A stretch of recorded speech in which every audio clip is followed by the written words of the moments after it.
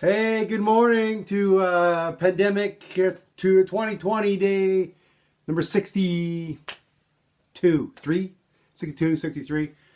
Haven't had a video for a couple of days, I don't think. What I wanted to do today was, we spent a lot of time talking about the Roman Empire and then the division of the Roman Empire into three parts. And we introduced the first section on the Western Christian world. And we talked a little bit about like the Germanic tribes, the Franks and the Frankish Empire, ultimately creating modern day France, with guys like Clovis and Charlemagne. And then we started talking a little bit about the Anglo-Saxon Germanic tribes. I wear my jersey today, my German jersey. So we talked about the other Germanic tribes, the Angles and the Saxons. There were lots. There were the Jutes and there were the Celts, and there's all kinds of different ones, but the main ones are the Anglo-Saxons and the origin story of modern day England. Now, it's the Anglo-Saxons for sure, but we also can't forget the influence of the Danish. So the Danes and the Danish invasions of these Anglo-Saxon territories. So when we're talking about the Anglo-Saxons, we're talking about guys like King Alfred. Alfred the Great, he's sort of, I think 500 years later becomes known as Alfred the Great. And it's sort of the beginnings of this, putting these small areas together. And then this continuous invasion by the Danes. And, there's some famous Danes in this story too. One in particular is a guy named Canute, who sort of becomes the Danish king of England. So this is the story. That's the Anglo-Saxon story. And we're talking about the Danes. We're kind of saying the Vikings.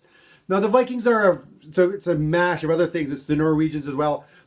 But in this Anglo-Saxon period and the invasions by the Danes, by the Vikings, that's kind of what we're talking about. And it's this mix of the Angles and the Saxons or the Anglo-Saxons and then the Danish. And that is sort of like about 1,000 years ago. So when you're trying to put that into perspective, the Danish, the Vikings come in kind of in the 700s, and then essentially kind of are gone by, 1066 by that date. So we'll talk about that time a little bit later on. What I want to do then is just quickly, I want to remind you, this story is shown pretty well in the Netflix series called The Last Kingdom. And it's a pretty good series. Like I think I'm on season 4, or almost on season 4 right now. And it shows King Alfred. It does a pretty good job and it introduces some of the major areas of modern day England. Like you don't know the names of these things, but things like Wessex and Essex and East Anglia and Mercia and Northumbria. Like these are all still names that are sort of referred to with modern day England. It's almost like they're provinces or something like that. So if you watch the show, it's pretty good because you see Alfred and you see all these divisions, and you see a lot of the Danes and the way things worked, especially the Danes in the north and then the sort of the Anglo-Saxons in the south. And so I would say if you can, spend a little time watching it. I mean, it's a pretty good series too, and you might actually learn, something, as opposed to doing it's always about like assignments, right? I would prefer that you do some assignments to get some of the details, but then watch it all happen in some of these amazing series. What else I want to just talk about quickly? The series itself is like historical fiction. It means that all the main characters, well, not all the main characters, but all the sort of history behind it is all correct. I've been following it. It seems like it's pretty correct. The names, the places, some of the timelines are a bit wacky in terms of and if you watch Game of Thrones, you remember you used to take them instead of going on a journey for 3 months, they were there in a day. So it's kind of like that. But other than that stuff, it's pretty good. The only thing that's not sort of correct is the main character, a guy named Uhtred. He's sort of maybe loosely based on some other things, but he's the guy who sort of holds it all together. But all the history behind it is all correct. So it's pretty good. So what I want you to do then is so we talked a little bit about the Anglo-Saxons in England and that, but we're going to just start. There's a little section on the Vikings. So I want you to do that section, and if you look below, or maybe above, depending on how I get this organized, there's a link there for the Viking little readings and questions. You don't need to do them all, because one year I made a bunch of different ones because some students were really interested in it. But it's difficult times right now. So what I'm going to do is click on the link and you'll see lots of different questions, but just do the ones that I ask you to do. So I'll post those as well. So you got to click on the link and you're going to do the questions I ask you to do, the basics, and then if you can watch the Netflix series, because it's pretty good. So I hope things are going okay out there. You might notice I kind of slowed stuff down. I'm not getting as much stuff in now. Everybody seems to be having some difficulties. I don't know. Some of you guys are doing great. So you've been doing a good job of. I got some older stuff in recently, and some of you guys have been staying caught up. So that's really good. I'm very happy about that. And I would like you to kind of get re-energized if you can as we push to the end, because it's going to be tough as you get near the end to keep going. But the point is, you just learn stories, and if you can kind of sort of get a hold, like the Vikings were 1,000 years ago.